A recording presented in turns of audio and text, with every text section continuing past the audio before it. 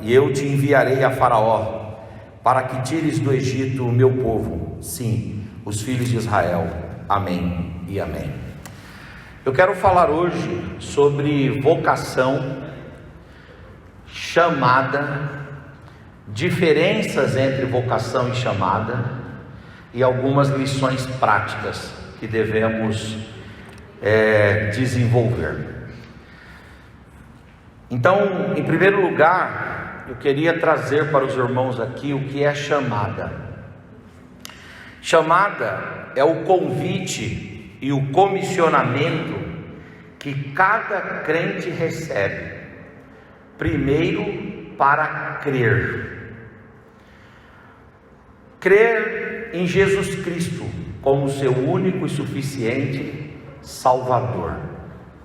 Essa é uma chamada para cada crente, crer na salvação através do Filho de Deus.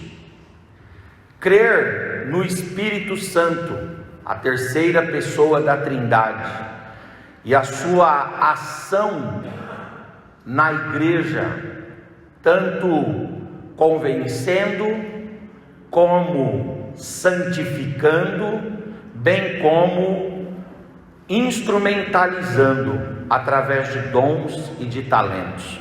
Essa é uma chamada que todo crente tem para crer no Espírito Santo, crer na palavra de Deus como a palavra inerrante, infalível, imutável, transformadora e gloriosa. Essa é uma chamada para crer de todos nós. Crer na igreja como a única forma de salvação, de redenção e de reconciliação dos homens com Deus. Não na igreja denominacional, não na igreja institucionalizada, não na igreja organizada, mas na igreja invisível, na igreja mística, na igreja transcendental, na igreja que, como disse o C.S. Lewis, os santos anjos ficam impressionados com o seu encanto e com a sua beleza. Nessa igreja, todos nós somos chamados a crer. Crer na eternidade, na esperança da glória vindoura, na esperança da parousia, do advento e da visitação do Senhor, que gerará redenção para todos nós. Esse é um chamado de cada um de nós, um chamado para crer. Crer na presença constante de Deus conosco, que nunca nos abandona, nunca nos deixa e nunca nos deixará. Deus está conosco, e isso nós precisamos e somos chamados a crer. Crer que o Senhor é aquele que garante sempre o resultado para cada um de nós. Então a igreja, ela é comissionada, a igreja, ela é chamada, a igreja, ela é convidada a crer. Crer em Jesus, crer no Espírito Santo, crer na Santa Palavra, crer na igreja gloriosa, crer na eternidade e crer na presença de Deus conosco. Esse é um chamado geral, um chamado genérico, um chamado universal, um chamado clerical, um chamado eclesiológico, um chamado para todos. Todos somos chamados para crer. Um outro chamado é o chamado para servir. Todo crente, todo remido, todo perdoado, todo reconciliado, todo resgatado, todo homem que foi salvo por Jesus Cristo é chamado a crer e é chamado a servir. Servir a Deus, ser um representante de Deus na terra, como disse o Hagai, pregar, se necessário, com palavras, mas em todo tempo com a vida, de modo a todos olhar e dizer assim: ali vai um servo de Deus. Isso é um chamado para todos, todos somos chamados a isso, é um chamado universal, um chamado para servir a Deus, chamado para servir a família, chamado para servir os de casa. Essa é uma chamada genérica, geral, universal, coletiva, uma chamada maciça para todos. Deus nos chama a todos para o serviço, primeiro aos domésticos. Aos domésticos, essa palavra doméstico quer dizer aos de dentro de casa, aos pais, aos filhos, ao cônjuge, aos da ascendência, aos da descendência, aos colaterais, a todos de dentro de casa, um chamado a servir a família. Isso não é privilégio de uns seletos, isso não é um privilégio de alguns eleitos especiais, não. O chamado para o serviço a Deus e o chamado para o serviço à família é um chamado que Deus deu para todos. Vós, filhos, honrem os vossos pais e obedeçam aos vossos pais, porque isso é justo, isso é para todos. Vós, pais, não irriteis os vossos filhos, para que eles não desanimem no meio do caminho. Isso não é um chamado exclusivo, isso é para todos. Vós, maridos, amem as vossas mulheres como Cristo amou a igreja e a si mesmo se deu por ela. Isso é um chamado para todos. Vós, mulheres, sejam submissas aos vossos maridos, servindo aos vossos maridos como ao Senhor. Isso é um chamado para todos. É um chamado para servirmos a família, um chamado para servir a igreja. A igreja, ela exige de nós o cumprimento, o atendimento, a atenção a esse chamado geral de serviço. É muito interessante que o Ezequiel tem uma visão, e na visão mede 1000 côvados, e ele entra na água, e a água está dando lá no tornozelo. Isso tem a ver com conversão. Daqui a pouco mede mais 1000 côvados, a água dá nos joelhos. Isso tem a ver com consagração. Mas daqui a pouco mede mais 1000 côvados e as águas dão nos lombos, nas costas. Tem a ver com trabalho. Veja que não é seleto. Servir a igreja é uma obra de todos. Não importa se você é Paulo, que funda a igreja em todo o ambiente mundo antigo, ou se você é Dorcas, que trabalha só na sua comunidade de bairro mais próxima, costurando roupa. Não importa se você tem a erudição nas palavras ou a habilidade com a agulha, não interessa, todos são chamados para servir a igreja. A noiva de Cristo está sendo preparada, e o chamado para o cultivo, para a manutenção, para a mantença desta noiva é um chamado para todos. Todos devem exercer essa atividade. O ideal do crente é aceitar Jesus, é ser batizado em águas, é ser incluso no rol de membros da igreja através da ceia do Senhor. Nós pentecostais cremos que é buscar o batismo com o Espírito Santo e receber revestimento de Deus com talentos e dons. E aí, depois que ele passa por essas etapas rudimentares, como disse Paulo, são os rudimentos da fé, ele precisa se tornar um crente funcional no reino. Um crente funcional é aquele crente que produz, que serve a igreja. E isso não é um chamado só para os pastores, evangelistas, presbíteros. não é apenas para o corpo dos episcopos, dos bispos, dos anciãos, não, isso é para quem? Isso é para todos. Você precisa ser útil no reino de Deus, para cumprir esse chamado geral de servir a igreja de Deus. Foi o João Calvino que falou uma coisa, que no reino de Deus ninguém é tão rico que não precise de nada, e ninguém é tão pobre que não tenha nada para dar. Todos nós somos chamados para o serviço, servir a Deus, servir a família, servir a igreja e servir a sociedade. Isso é um chamado genérico, isso é um chamado geral para servirmos a sociedade participando dos processos de melhorias sociais, dos processos de transformações da ordem social. Essa semana eu recebi do Frank Ferreira um post, e foi muito interessante que ele separou lá quem mais ganhou o prêmio Nobel.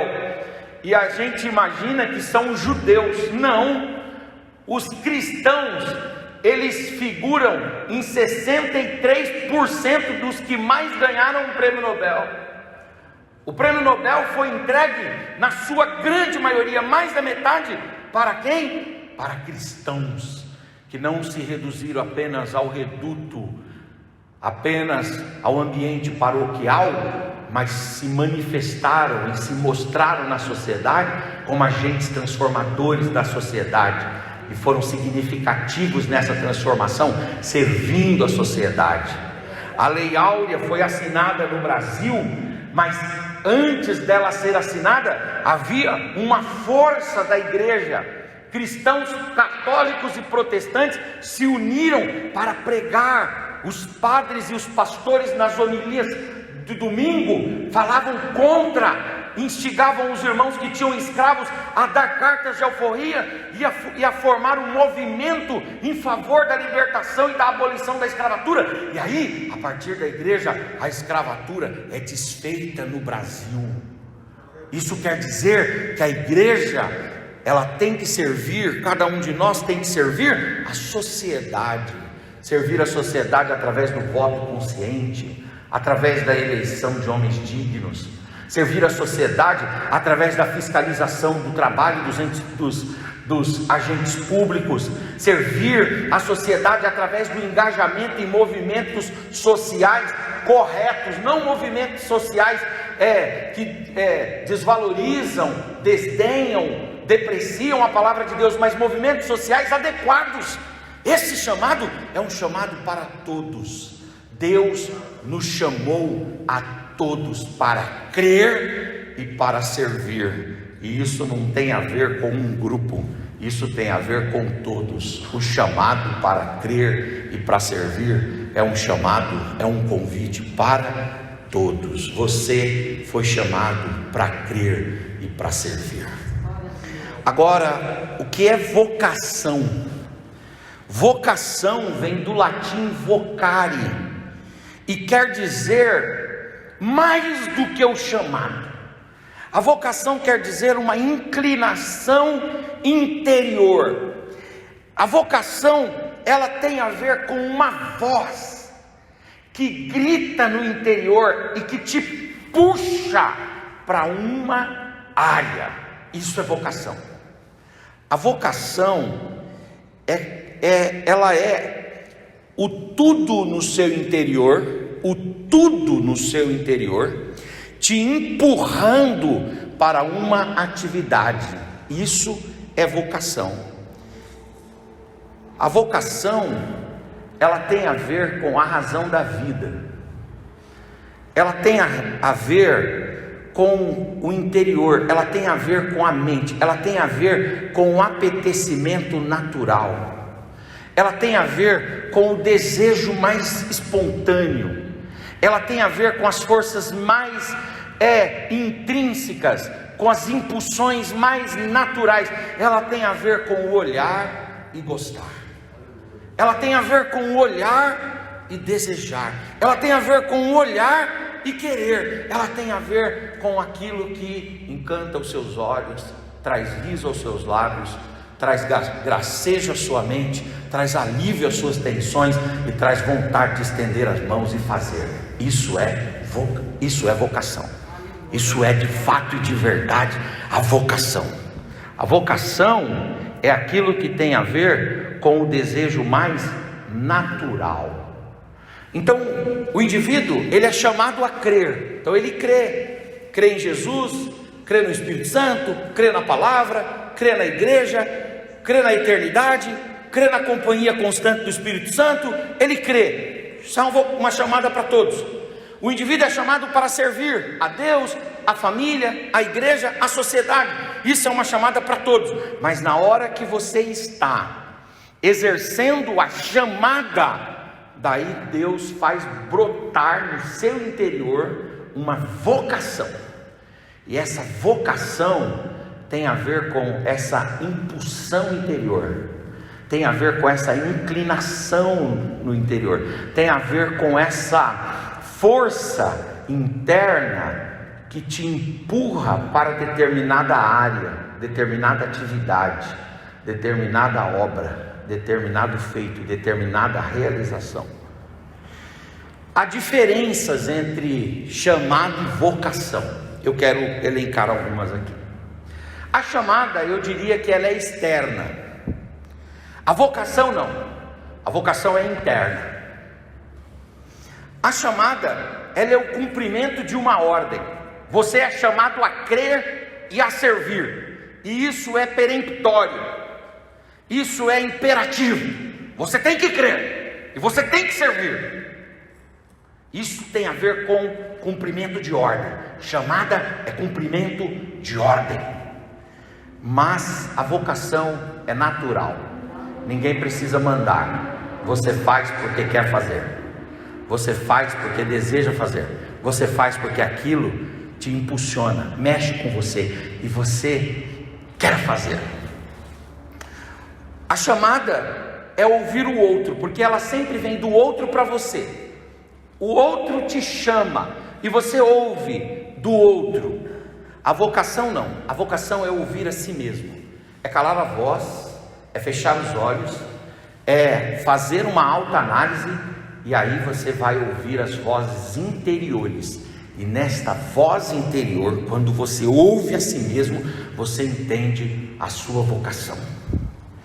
Chamada tem a ver com obediência e dever. Eu creio em obediência e eu sirvo em obediência. Isso é chamada. Mas a vocação não é apenas obediência e dever. A vocação é felicidade, é prazer. Eu faço não é porque eu estou obrigado ou porque eu estou obedecendo. Eu faço porque nada me realiza tanto no mundo quanto esta obra que eu estou fazendo. Nada me completa tanto, nada dá tanto sentido à minha vida quanto essa obra que eu estou fazendo. Isso é vocação. Aliás, eu creio que o Senhor nos chama e dá sentido à nossa vida. Primeiro, no sentido de direção. Deus dá sentido à nossa vida no sentido de direção. A nossa vida, por exemplo, estava caminhando para o inferno, estava caminhando para o mundo, estava caminhando para o mal. Mas aí vem a obra da conversão e dá direção para a nossa vida. A gente ganha uma nova direção. Agora, já que fostes transformados e sois espirituais, busquem as coisas que vêm do alto e não as coisas que vêm de baixo. Busquem agradar a Deus e não aos homens. Busquem a servir a Deus e não a si mesmos. Busquem, aleluia, significar e ressignificar a vida de vocês, porque a vida teve um novo sentido, no sentido de direção. Mas Deus não dá sentido à nossa vida apenas no sentido de direção. Deus dá sentido à nossa vida no sentido de razão de ser. A sua vida tem sentido? Sim, ela tem sentido no sentido de direção. Eu saio de Araçariguama, eu vou parar lá em Barueri, direção. Mas a minha vida não pode ter sentido apenas no sentido de direção. Eu caminhava do inferno, eu caminhava para o inferno e agora estou caminhando para o céu. Não é só isso. é no sentido de razão de ser, é no sentido de que essa vida tem um motivo de existência, é no sentido de que eu tenho um motivo para continuar vivendo aqui nessa terra. Senão vai acontecer conosco igual aconteceu com aquele cidadão, que ele estava no culto fúnebre, aí o pastor, querendo dar ali algumas qualidades do morto, disse assim: aqui está um homem, bom pai de família, aqui está um bom esposo, aqui está um homem honesto. Aí disse que a mulher estava chorando, ela cutucou o filho e falou: vai ver se é seu pai que está mesmo no caixão ali, porque ele não preenche esses requisitos. A Bíblia fala de pessoas que morreram e que não deixaram nem saudades. Por quê? Porque é gente que a vida tem sentido no sentido de direção, mas não tem sentido no sentido de razão de ser. E a vocação, ela tem a ver com esse sentido, no sentido de razão de ser. Quem cumpre a sua vocação, cumpre a sua vocação, porque ali está a razão da sua existência, ali está o resumo da sua vida, ali está a completude do seu ser, ali está o cumprimento dos seus propósitos, ali está o porquê ele veio a esse mundo, e ali está a obra que Deus deseja que de fato e de verdade ele faça. É a obra da vocação. O chamado, ele é consciente. O chamado é fruto das sinapses mentais. O chamado é fruto da razoabilidade, da elucubração. O chamado é fruto da consciência. Eu creio porque eu sei que eu tenho que crer. E eu sirvo porque eu sei que eu tenho que servir. Isso tem a ver com chamado. Chamado é consciente. E a vocação? A vocação é inata. Eu nem percebo, e quando eu percebo, eu me dou conta, eu já estou fazendo, porque isso é a vocação. Isso é o que o indivíduo faz naturalmente. Se você deixar ele entregue a si mesmo, que ele vai fazer aquela obra ali.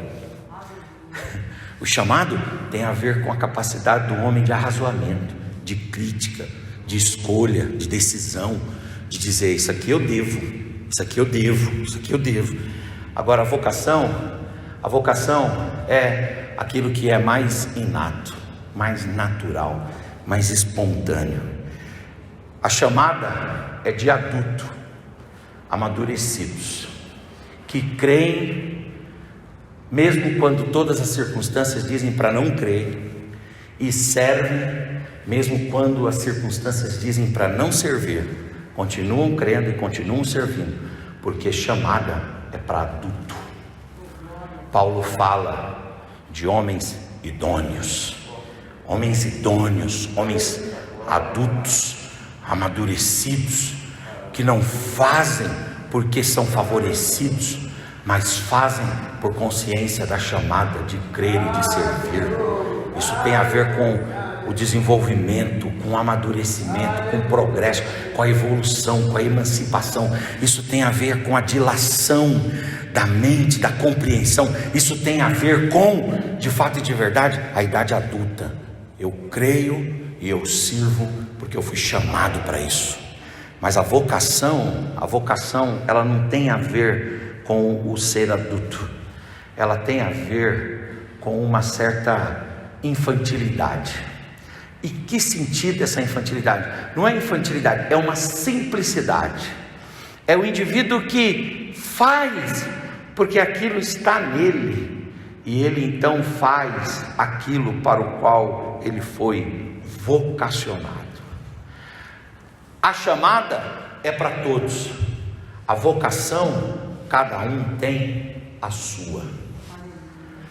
Eu sou chamado para crer e para servir. Você é chamado para crer e para servir. Ponto. Isso é para todos.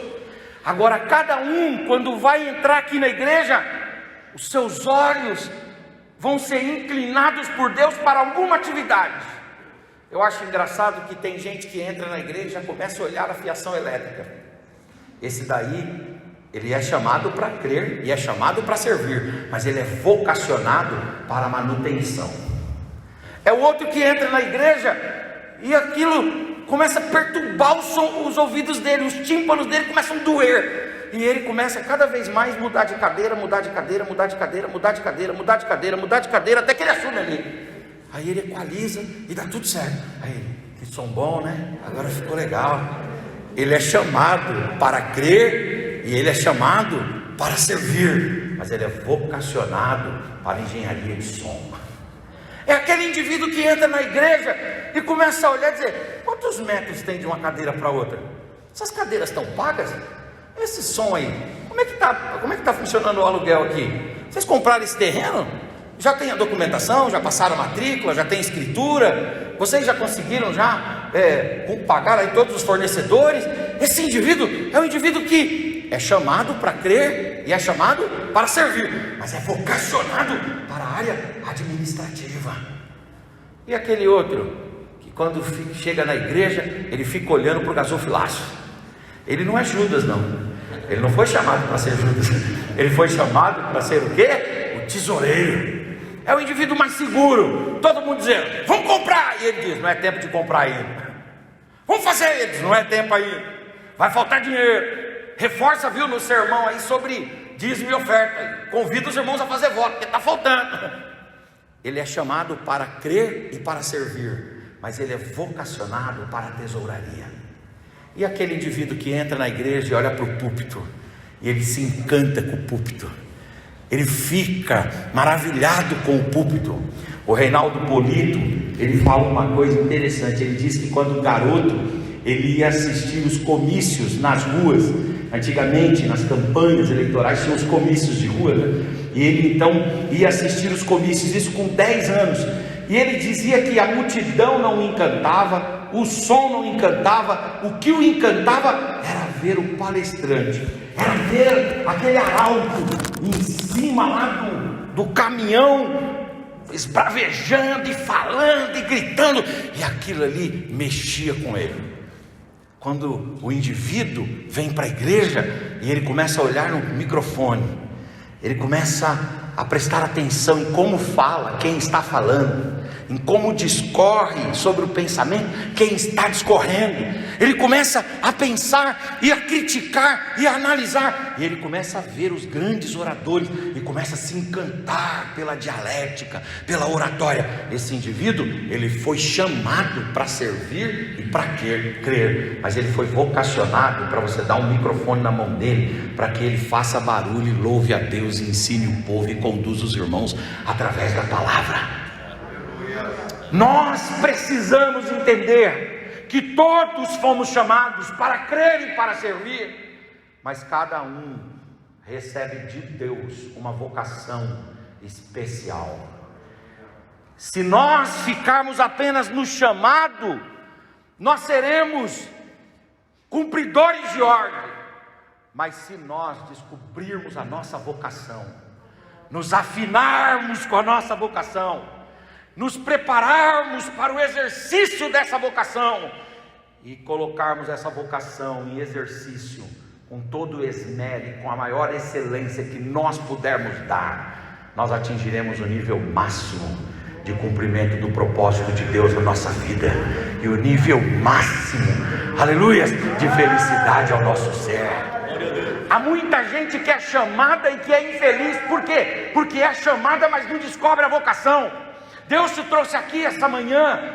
Queira Deus que nesse dia você saia daqui não apenas entendendo que você é chamado para missões, mas que Deus traga ao seu coração, a sua mente, a sua alma, que a missão para você é mais do que o mero chamado para crer e para servir, é mais do que apenas cumprir ordem, é mais do que apenas obedecer, é mais do que apenas ser adulto e maduro e fazer porque tem que ser feito.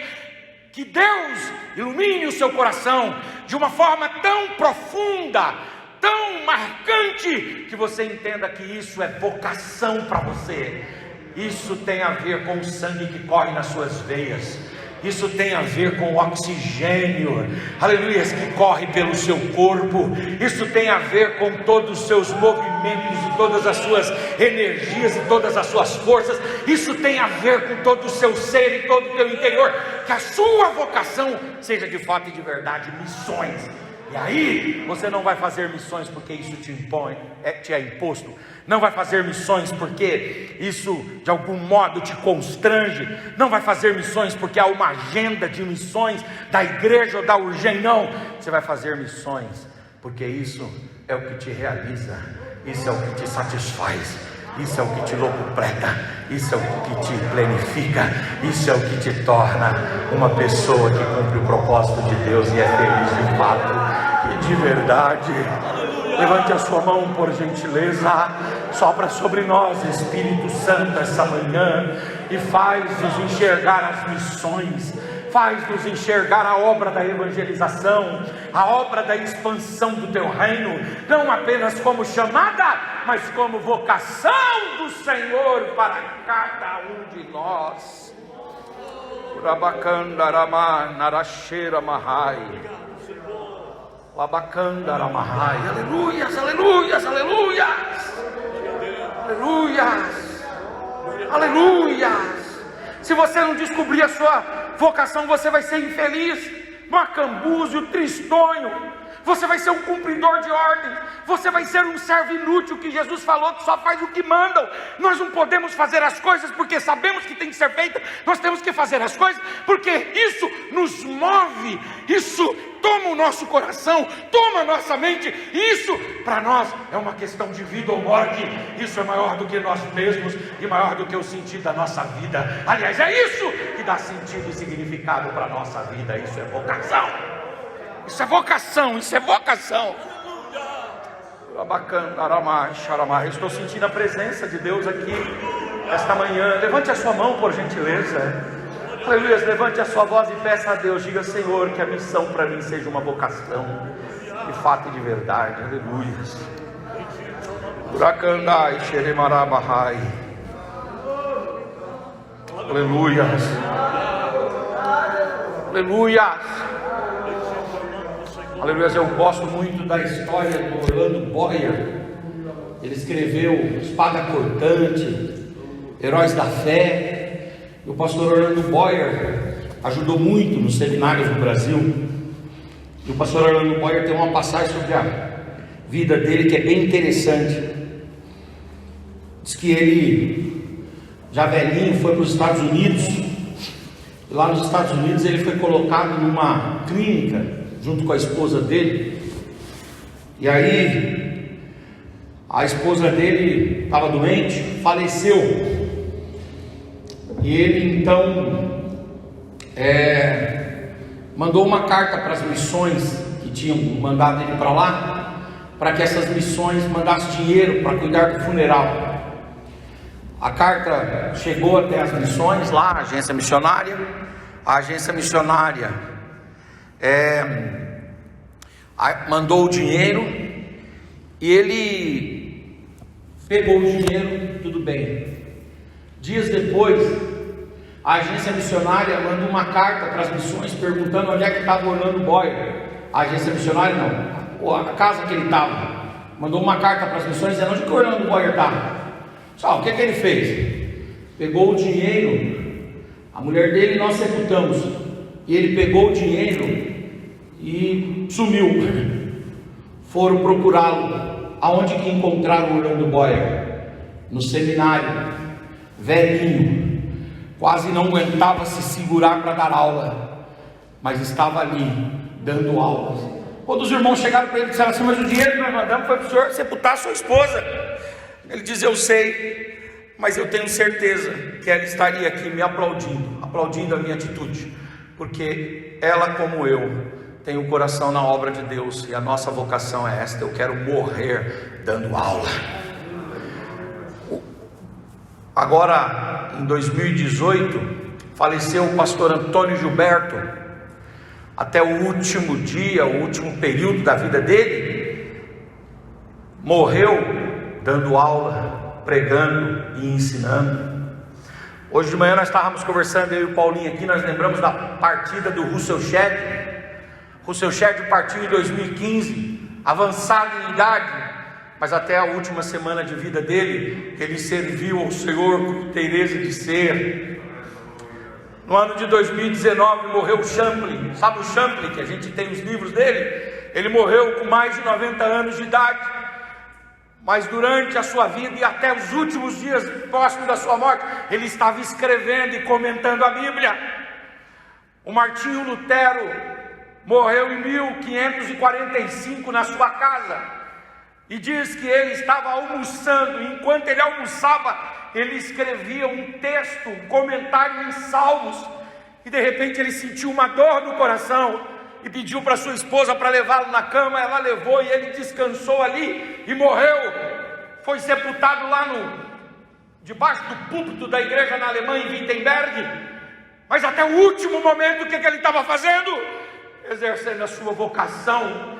Hoje a gente eleva o nosso chamado ao nível de vocação, ou nós cumpriremos deveres e não teremos prazer naquilo que fazemos.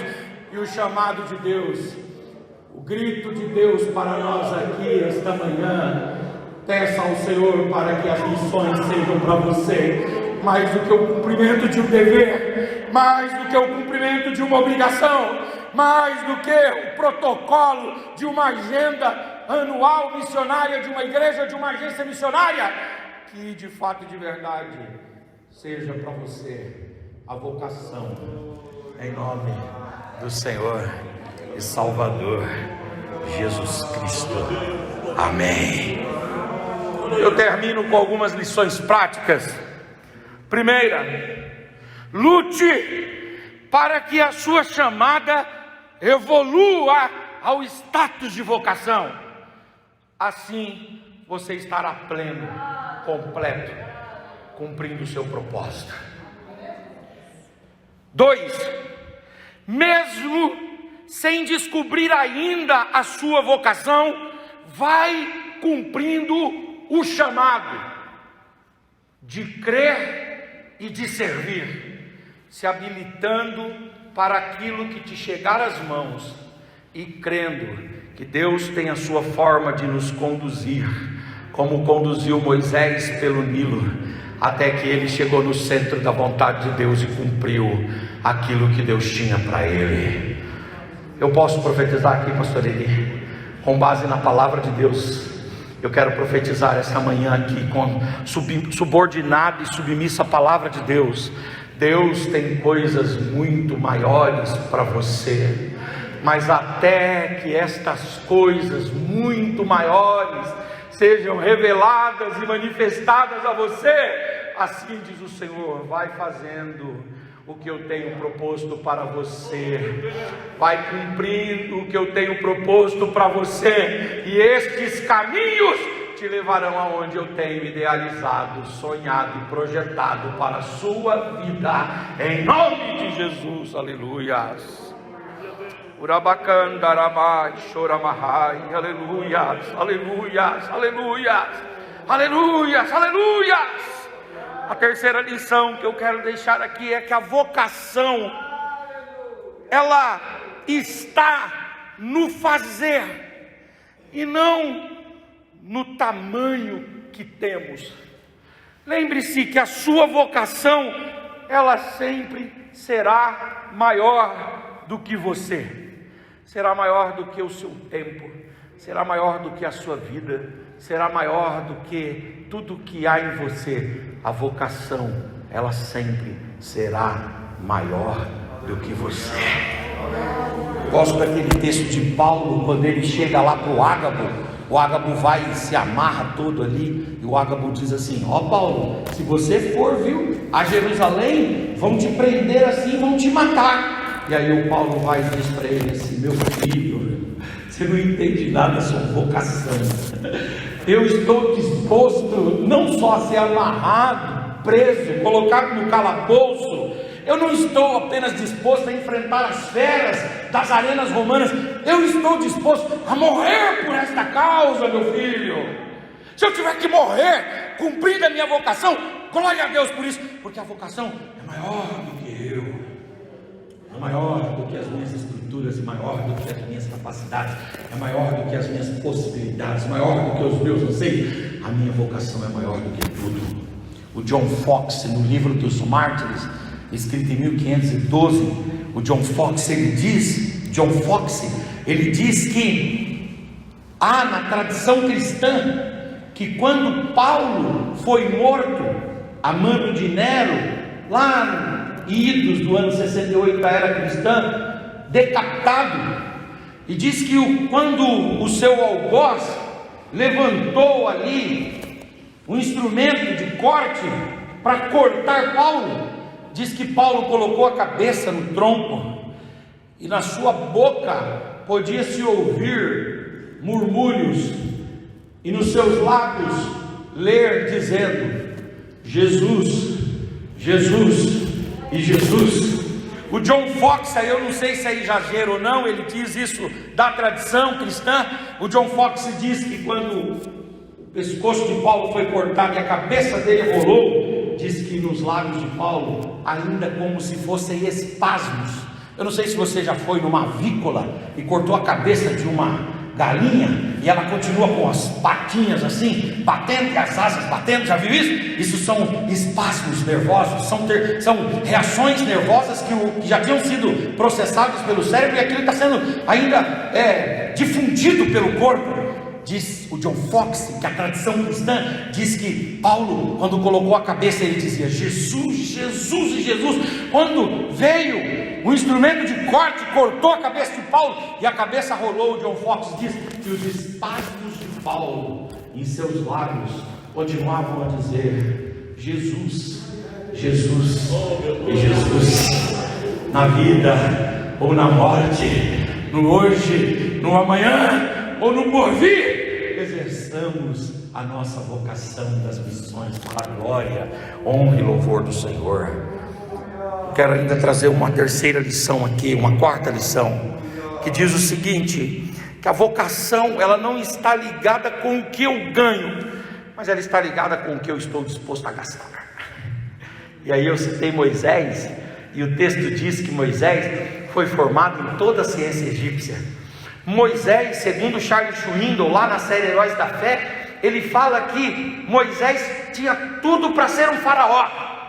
Aí o escritor aos Hebreus diz: mas ele, abandonando tudo, aleluias, para ficar com o povo de Deus, investiu a sua vida, não no Egito, não na sua própria carreira, não nos seus próprios sonhos, mas investiu tudo no reino de Deus e no povo de Deus. Aleluias. A sua vocação não tem a ver com o que você ganha, a tua vocação tem a ver com o que você gasta. Quem é vocacionado de verdade está disposto a gastar e investir no reino de Deus. E aí alguém olha e diz assim: mas ele está sendo prejudicado, e no coração dele está dizendo: não, estou cumprindo o propósito de Deus para a minha vida, a vocação de Deus para mim. E essa vocação não está enquanto eu levo no final, mas está enquanto eu invisto, eu coloco no reino de Deus. Foi o Martin Luther King que falou: tudo aquilo que eu guardei para mim, a vida me tomou, mas aquilo que eu entreguei para o Senhor, desde a mais tenra idade, eu ainda tenho um depósito, um tesouro guardado e seguro para a glória do Senhor. Eu quero convidar você a investir tudo o que você tem na obra das missões, na obra da evangelização e nessa vocação gloriosa. Invista tudo o que você tem. Se você é um indivíduo que tem uma mente maior do que a caixa craniana, se você é mais inteligente do que o Einstein, invista essa mente poderosa, essa mega mente que você tem na obra de Deus. Se você é um indivíduo que tem uma oratória, uma dialética, uma capacidade de dissertação tremenda, invista toda essa habilidade no reino de Deus e em favor das missões e em favor da obra de Deus. Se você é um indivíduo que tem um corpo atlético, habilidades motoras, capacidades físicas extraordinárias, invista toda essa saúde, toda essa energia, todo esse bem-estar físico na obra de Deus. Se você é um indivíduo que Deus te deu condições, Deus te deu recursos, invista esses recursos na obra de Deus e faça com que a sua chamada e a sua vocação sejam maiores sejam significativamente, tenham a ver significativamente com aquilo que você investe, mais do que aquilo que você ganha. Aliás, eu tenho para dizer para você que o missionário, no final das contas, não leva nada, né, pastor Henrique? E aí, o quanto eu levo? Você vai levar almas para o reino. E quando chegar lá em cima, aleluias, nós cremos no tribunal de Cristo. Você vai se apresentar no tribunal de Cristo. E aí Cristo vai chegar para você, e Cristo vai dizer para você assim: vinde benditos do meu Pai, possuir a herança que está preparada desde a fundação do mundo. O Richard Baxter diz que a menor brisa das mansões celestiais apagará toda a tempestade que nós enfrentamos aqui. O Senhor nos dará o frescor da sua glória, a brisa da sua presença, aleluias, o refrigério da sua graça, aleluias. E Ele então abrirá os seus tesouros, e Ele nos dará o galardão, e sairemos enriquecidos. Paulinho está aqui. Paulinho acompanhou muito tempo o seu chefe nas pregações dele, e o chefe dizia uma coisa muito legal. Ele dizia: lá no céu não vai ter morte, lá no céu não vai ter pecado, lá no céu não vai ter nada dessas dores, mas no céu vai haver constrangimento. Constrangimento? Como que é isso aí? É mais ou menos assim, Isaías. É uma festa estilo americano, que cada um tem que trazer um prato. Sabe como é que é? E aí você chega e cada um trouxe um prato, e você não tem prato para apresentar. Então vai ser mais ou menos assim. Alguém vai chegar, igual o Paulinho falou para mim: come desse bolo aqui que eu que fiz. A outra irmã disse: pega esse café aqui, esse suco, não sei o que. Aí alguém vai chegar e falar assim: come desse bolo aqui, Eri, eu que fiz, lá no céu. Aí você: que bênção, hein? Aí alguém vai fazer: deixa eu experimentar o prato que você fez, que você tem aí, traz aí. Aí eu iria falar: olha ali. Aí o irmão vai olhar e vai sair assim, constrangido. O Russell Shedd fala: lá no céu não haverá morte, nem pecado, nem tristeza, mas haverá constrangimento daqueles que não fizeram nada a serviço do reino de Deus. Por isso a hora é agora, o tempo é esse, de arregaçarmos as nossas mangas e colocarmos à disposição do reino de Deus tudo que temos e tudo que somos.